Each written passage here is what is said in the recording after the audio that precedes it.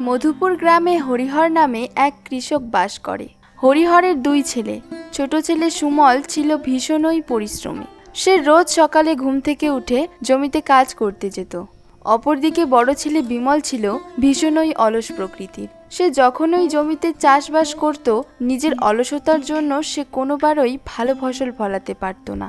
এর জন্য হরিহর সর্বদাই তার বড় ছেলে বিমলকে নিয়ে ভীষণ চিন্তায় থাকত। বাবা বিমল, তোকে নিয়ে তো আমার বড্ড চিন্তা হয় বাবা। কেন বাবা? তুই প্রত্যেক বছর খেতে চাষ করে লাভের ফসল একবারও ঘরে তুলতে পারিস না। অন্যদিকে তোর ভাইকে দেখ, ও খেতে চাষ করলে সময় মতো আগাছা পরিষ্কার করে জল দেয়। এই জন্য ওর ক্ষেতের ফসল খুব ভালো হয়। তুই তোর ছোট ভাইকে দেখেও তো কিছু শিখতে পারিস বাবা। তুমি কি আমাকে এসব বলার জন্য এখানে ডেকেছো বাবা? শেষে কিনা আমি বড় ভাই হয়ে ছোট ভাইয়ের কাছে চাষবাসের জ্ঞান নেব? এসব কথা লোকে শুনলে তো আমার উপর ছিছি করবে। শোন বাবা, তুই মিছে মিছেই রেগে যাচ্ছিস। আমি তোকে সেরকম কিছু বলিনি। তাহলে তুমি কি বলতে চাও বাবা? আমার মাথায় বুদ্ধি কম? আমি বুদ্ধু? শোনো বাবা, আমার মাথায় যথেষ্ট বুদ্ধি রয়েছে, তাই এসব কথা তোমার ছোট ছেলেকে শুনিও। এখন আমি চললাম। কিরে হারু, তোর খেতে এবার দেখলাম ভালোই পটল হয়েছে। হ্যাঁ গো দাদা, ওই আর কি। তা কেমন টাকা উপার্জন হচ্ছে? এই তো দাদা, আজ সকালে হাটে নিয়ে গিয়েছিলাম, 20 টাকা কেজি দরে 18 কেজি বেচে এলাম। তাহলে তো ভালোই দাম পাচ্ছিস রে। হ্যাঁ গো দাদা, পটলের ফসলটা এবার আমার ভালোই হয়েছে। এই বিমল, কোথায় যাচ্ছিস? এদিকে শোন। অপুদা, বলো, ডাকছো কেন? কিরে, তোকে এত রাগান্বিত দেখাচ্ছে কেন? আর বলো না অপুদা, সকাল সকাল বাবার কথা শুনে মনটা খারাপ হয়ে গেল। কেন রে, তোর বাবা আবার তোকে কি বলেছে? তোমরাই বলো তো অপুদা, আমার মাথায় কি বুদ্ধি কম আছে যে আমায় ছোট ভাইয়ের কাছে খেতে ভালো চাষ কিভাবে করা যায় তার পরামর্শ নিতে হবে? ও, এই জন্য রেগে আছিস? তোর বাবা যদি তোকে এ কথা বলে থাকে তাহলে ভারী অন্যায় করেছে। আরে আমরা তো জানি এই মধুপুর এলাকায় সব থেকে বুদ্ধিমান ছেলে হলি তুই। তোর বুদ্ধি শুনে আমরা কত উপকার পেয়েছি। তোর মাথায় এত বুদ্ধি থাকার পরেও শেষে কিনা তোর বাবা এভাবে বলল। তাহলেই বোঝো অপুদা, বাবার এই কথা শোনার পর কার রাগটা না উঠবে। তবে অপুদা, তোমার একটা কথা শুনে আমার খুব ভালো লাগলো। কি কথা রে বিমল? এই যে তুমি এক্ষুনি বললে না, আমার মতো বুদ্ধিমান ছেলে আর একটাও এই মধুপুর এলাকায় নেই, এটা শুনে আমার খুব ভালো লাগলো। তোমরাই একমাত্র আমাকে ভালোভাবে বোঝো। হ্যাঁ রে, তুই তো বাজারের দিকে যাচ্ছিলি। তা তুই বাজারে কি করতে যাচ্ছিলি? এই তো এবার ধান চাষ করব, তাই ধানের বীজ আনতে যাচ্ছিলাম। তাহলে অপুদা, তোমাদের সাথে অনেকক্ষণ কথা বললাম, এখন আমি যাই। আমি বুদ্ধিমান, আমি বুদ্ধিমান, আমি বুদ্ধিমান, লোকে বলে তাই, এই কথা শুনে আমি বড়ই শান্তি পাই। হো হো হো হো হো, লা লা লা লা লা। কি ব্যাপার বলো তো অপুদা, এই বোকা বিমলটা যখনই তোমার সঙ্গে কথা বলতে আসে তখনই তুমি ওর সঙ্গে তেল মেরে কথা বলো কেন? আরে আমি কেন, এই গ্রামের সবাই ওর সঙ্গে এভাবেই কথা বলে। সবাই কেন আবার ওর সঙ্গে এইভাবে কথা বলতে যাবে? আরে বিমল আমাদের প্রত্যক্ষভাবে উপকার না করলেও পরোক্ষভাবে এই গ্রামের সবাই ওর কাছ থেকে উপকার পায়। তাই নাকি? সেটা আবার কি করে? তবে শোন, এই মধুপুর এলাকায় ভালো চাষবাস হয় এমন জমি রয়েছে 50 বিঘার মতো। তার মধ্যে অর্ধেকের বেশিরভাগটাই রয়েছে ওই বিমলদের কাছে। এইবার ভেবে দেখ, গ্রামের সবাই যদি ওকে বোকা বোকা বলতে শুরু করে তাহলে তো ও আমাদের উপর রেগে যাবে।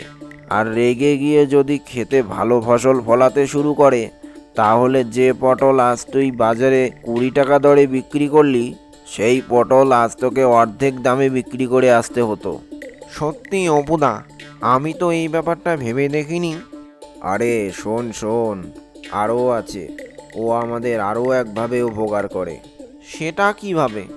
এই যে দেখলি না, কিছুক্ষণ আগে বিমল বলে গেল এবার তার জমিতে ধান চাষ করবে। এই ধান চাষের কিছুদিন পর তার জমিতে গিয়ে দেখিস ধান গাছ খুঁজে পাবি না, মনে হবে যেন ঘাস ক্ষেত। আরে তোর বউ আর আমার বউ রোজই তো ওদের খেতে ঘাস তুলতে যায়, আর সেই ঘাস খেয়েই তো আমাদের বাড়ির গরু ছাগলগুলো বেশ নাদুস নুদুস হয়েছে। সত্যি অপুদা, তোমার মাথায় বুদ্ধি আছে বটে। আমি তো এতটা গভীরে ভেবে দেখিনি। আজ থেকে তাহলে আমিও ওর সঙ্গে এইভাবেই তেল মেরে কথা বলবো। এইবার আমি বাবাকে দেখিয়ে দেব আমিও ভালো ফসল ফলাতে পারি। হে হে।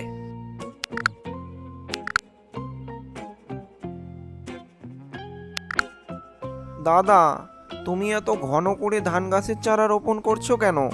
এরকম করে কে ধান চাষ করে? এভাবে কখনোই ভালো ফসল পাওয়া যায় না। ওই এলেন একজন আমায় জ্ঞান দিতে। না না দাদা, আমি তোমায় জ্ঞান দিচ্ছি না। তুমি এত দেরি করে ধান গাছের চারা রোপণ করছো তাই বলছিলাম।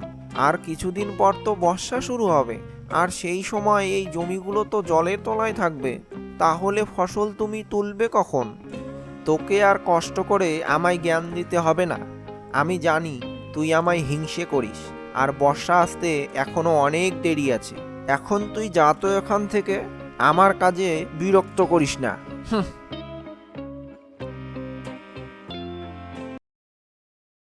কিছুদিন পর দেখা গেল সুমল বর্ষা আসার আগেই তার ক্ষেতের সমস্ত ফসল কেটে বাড়িতে নিয়ে যায়। অন্যদিকে তার ভাই বিমল অসময়ে ধান গাছের চারা রোপণ করার জন্য তার সমস্ত ফসল জলের তলায় চলে যায়। হায় হায়, আমার একই সর্বনাশ হলো। এবছরও আমার সমস্ত ফসল জলের তলায় চলে গেল। হরিহর মারা গেলে তার সমস্ত সম্পত্তি দুই ভাই নিজেদের মধ্যে ভাগ করে নেওয়ার কিছুদিনের মধ্যেই তারা বিয়ে করে বউ ঘরে আনে। বুঝলে গিন্নি, এবার একটা ভালো বুদ্ধি খুঁজে পেয়েছি। এবার আমি বাজারে গিয়ে সমস্ত দোকান ঘুরে দেখব কোন ফসলের দাম বেশি। তারপর সেই ফসলের বীজ কিনে এনে আমার ক্ষেতে ফলাবো। তাহলেই আমি অনেক টাকা লাভ করতে পারবো। হ্যাঁ হ্যাঁ, বিয়ের 2 বছর তো হলো, কত বুদ্ধিই না করলে, কোনোটাই তো কাজে দিল না। উল্টে বিয়ের আগে আমায় যত সম্পত্তির কথা বলেছিলে তার অর্ধেক তো মোড়ল মশাইয়ের কাছে বন্ধক রেখে দিয়েছো। না না গিন্নি, এবার আমি সফল হবই। আমার বুদ্ধির উপর আমার পূর্ণ আস্থা আছে। তুমি শুধু ঈশ্বরের কাছে প্রার্থনা করো। হ্যাঁ হ্যাঁ, এটা ছাড়া আর ঈশ্বরের কাছে কি বা চাইবো। ওদিকে তোমার ভাইকে দেখো, দিন দিন কত উন্নতি করছে। কই গো গিন্নি, কোথায় গেলে? বাইরে এসো। কি হলো গো, ডাকছো কেন? এই তো, বাজারের ব্যাগটা রাখো। কি হলো, তুমি আবার কোথায় চললে? আমি জমিতে যাচ্ছি, অনেক কাজ পড়ে আছে। এই তো এক্ষুনি বাজার থেকে এলে, দুটো দানা মুখে দিয়ে যাও। না গো গিন্নি, এখন খাওয়ার সময় নেই, খেতে অনেক কাজ পড়ে আছে। আমি দুপুরে এসে খেয়ে যাব।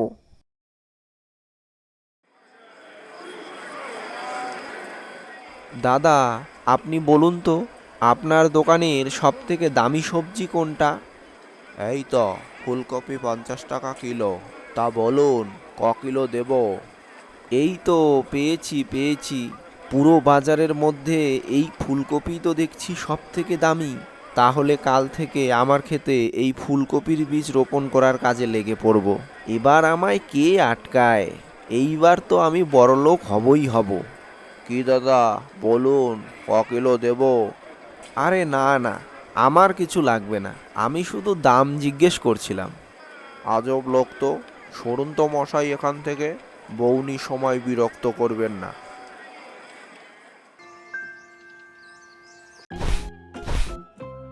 এই তো আমার ফুলকপির বীজ রোপণ করা শেষ হলো। এখন শুধু সময়ের অপেক্ষা, তারপরেই হে আমি হব লাখপতি।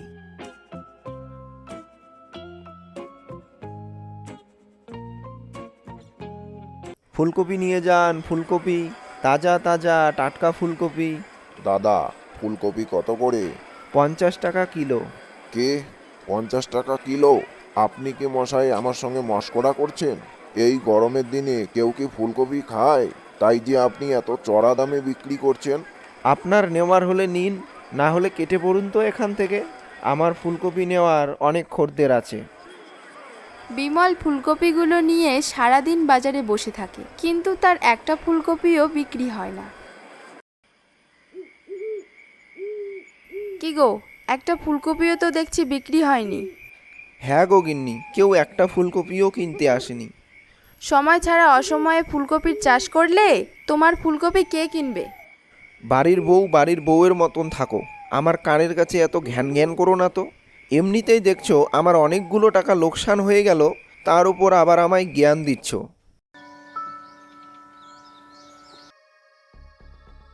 মোড়ল মশাই বাড়িতে আছেন? আরে বিমল, তা কি মনে করে? মোড়ল মশাই, আমি আরও 1 বিঘা জমি আপনার কাছে বন্ধক রাখতে এলাম। তা বিমল, তোমার প্রায় সব জমি তো আমার কাছে বন্ধক রেখে দিয়েছো। আরও কি কোনো জমি অবশিষ্ট আছে? হ্যাঁ মোড়ল মশাই, এখনও 1 বিঘা জমি অবশিষ্ট আছে। তা বাপু বিমল, কয়েক বছর ধরেই তো দেখছি আসছো আর জমি বন্ধক রেখে যাচ্ছ। জমিগুলো ছাড়াবার কি কোনো পরিকল্পনা নেই নাকি? এই তো মোড়ল মশাই, আর কিছুদিন অপেক্ষা করুন। বড়লোক হলেই আমি আপনার কাছ থেকে আমার সমস্ত জমি ছাড়িয়ে নিয়ে যাব। তাহলেই ভালো, এই নাও টাকা।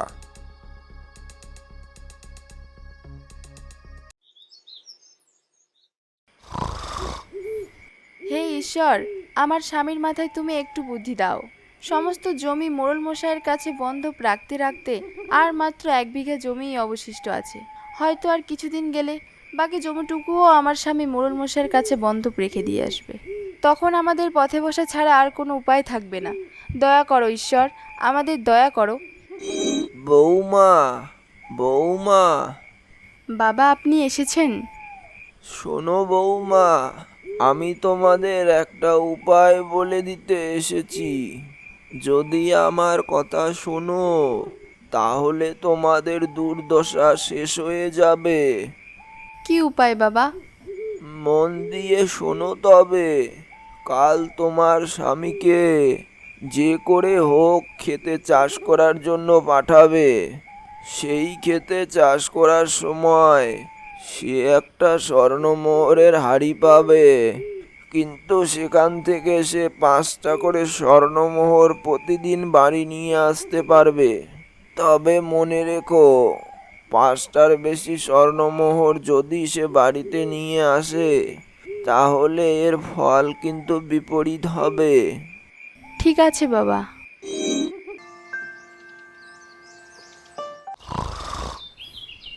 কি গো, শুনছো? কি হয়েছে? কাল আমার স্বপ্নে বাবা এসেছিলেন। তিনি বললেন, আজকে যদি তুমি জমিতে চাষ করতে যাও তাহলে স্বর্ণমোহর পাবে। তবে সেখান থেকে 5টি করে স্বর্ণমোহর প্রতিদিন নিয়ে আসবে। যদি তার বেশি স্বর্ণমোহর বাড়িতে নিয়ে আসো তাহলে তার ফল ভালো হবে না, এমনটাই তিনি জানিয়ে গেছেন। আরে ধুর, এমনটা কখনো হয় নাকি? হ্যাঁ গো, আমি তোমার কাছে কোনো দিনই কিছু চাইনি। আজকে শুধু বলছি, তুমি আমার এই কথাটা রাখো।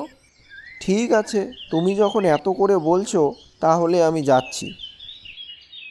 নিজের বউয়ের কথায় বিমল জমিতে চাষ করতে শুরু করলে সত্যি সত্যিই সে স্বর্ণমোহরের দেখা পায়। কিন্তু এতগুলো স্বর্ণমোহর একসাথে দেখে সে নিজের লোভ সামলাতে পারে না।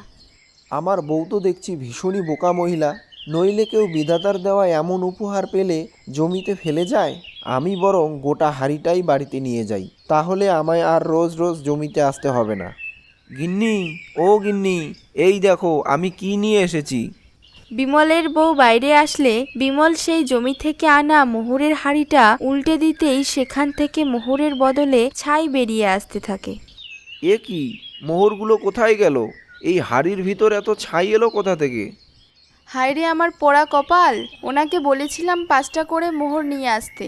এই সব হয়েছে তোমার জন্য, সবই তোমার লোভের ফল। তুমি ঠিকই বলেছ গিন্নি, সবই আমার লোভের ফল। তোমার কথা শুনে যদি আমি রোজ 5টা করে মোহর নিয়ে আসতাম, তাহলে হয়তো আজ থেকে আমাদের দুর্দশা শেষ হয়ে যেত। কিছুদিন পর দেখা গেল বিমল তার সেই 1 বিঘা জমিতে ধান গাছের চারা লাগিয়েছে। তবে তার জমিতে পাওয়া মোহরের লোভ সে এখনো ভোলেনি। তাই সে রোজ জমিতে আসতো আর ধান ক্ষেতের ফাঁকা অংশে হাত দিয়ে হাঁচড়াতে থাকতো, এটা ভেবে যদি সে আবারও মোহর পায়। এভাবেই কেটে যায় বেশ কিছুদিন। রোজ রোজ ক্ষেতে হাঁচড়ানোর কারণে বিমলের অজান্তেই ক্ষেতের সমস্ত আগাছা পরিষ্কার হয়ে যায় এবং এবছর অনেক ভালো ফসল হয়। দেখেছো তো বিমল দাদা, চাষের ক্ষেতের ভালো করে পরিচর্যা করলে কত ভালো ফসল পাওয়া যায়। হ্যাঁ রে ভাই, তুই ঠিকই বলছিস। আমি মিছিমিছেই এতদিন অলস হয়ে ঘরে বসে থাকতাম, ভালো ফসল কিভাবে ফলাতে হয় এটা আমি জানতামই না। গিন্নি, দেখো দেখো, এবার আমাদের ক্ষেতে কত ভালো ফসল হয়েছে। ওমা, তাই তো দেখছি গো। এবার এই ক্ষেতের ফসলগুলো বেচে ওই মোড়ল মশাইয়ের কাছ থেকে কিছু জমি তুমি ছাড়িয়ে নেবে। হ্যাঁ গো গিন্নি, হ্যাঁ, এবার থেকে তাই হবে। এভাবেই বিমল প্রতি বছর ভালো ফসল ফলাতে থাকে আর মোড়ল মশাইয়ের কাছ থেকে একে একে তার সমস্ত জমি ছাড়াতে থাকে।